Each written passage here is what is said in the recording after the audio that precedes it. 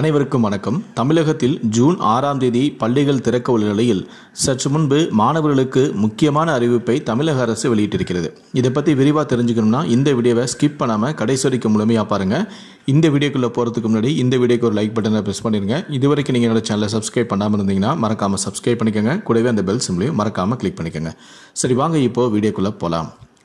கோடை விடுமுறை முடிந்து தமிழகத்தில் பள்ளிகள் ஜூன் 6ஆம் தேதி திறக்கப்பட உள்ளது. இந்த நிலையில்தான் பள்ளிகள் திறந்த உடனேயே புதிய பஸ் பாஸ் வழங்குவது சாத்தியமில்லாததாலும் அதே நேரத்தில் மாணவர்களின் சேர்க்கை முடிந்த பின்பு ஒட்டுமொத்தமாக கணக்கெடுக்கப்பட்டு மாணவர்களுக்கு புதிய பஸ் பாஸ்கள் வழங்கப்படும்.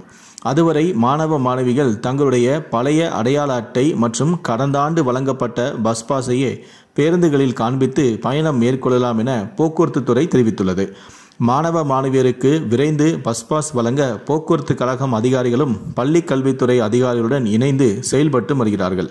மாணவ மாணவியரின் விவரங்கள் முழுமையாக கிடைத்தவுடன் பஸ் பாஸ் வழங்கப்படும் என போக்குவரத்து துறை சார்பிலும் தெரிவிக்கப்பட்டுள்ளது.